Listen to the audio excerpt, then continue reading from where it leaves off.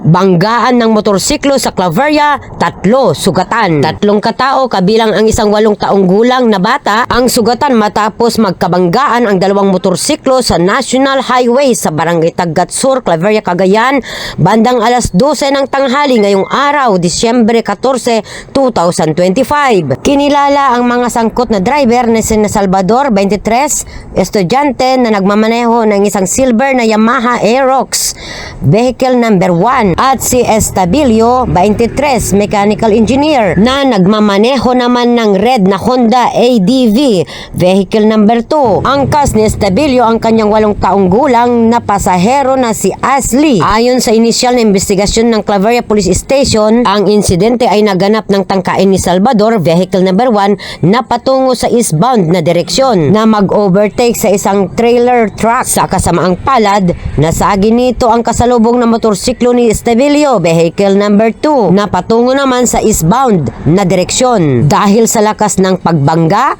kapwa bumagsak sa sementadong kalsada si Estabilio at ang kanyang angkas na si Ashley. Nagtamo sila ng sugat at pinsala sa iba't ibang bahagi ng kanilang katawan. Agad na rumusponde ang Rescue 41 Claveria at dinala ang mga sugatan sa Northern Cagayan District Hospital para sa agarang medical na atensyon. Ang 2 motorsiklo na parehong nasira ay dinala sa pangangalaga ng Claveria Police Station para sa tamang disposisyon matapos makipag-ugnayan sa mga opisyal ng barangay para sa pansamantalang kustudiya nito. Patuloy ang follow-up investigation sa insidente na pinangunahan ni Police Staff Sergeant Kelvin Calentas. At yan ang Mabuhay Radio Japan Worldwide. Sa bawat oras, sa bawat imig, mananatili kaming walang takot, walang pinapaboran ng kumpusi may nitaro pagkawili mula sa Claveria, Cagayan.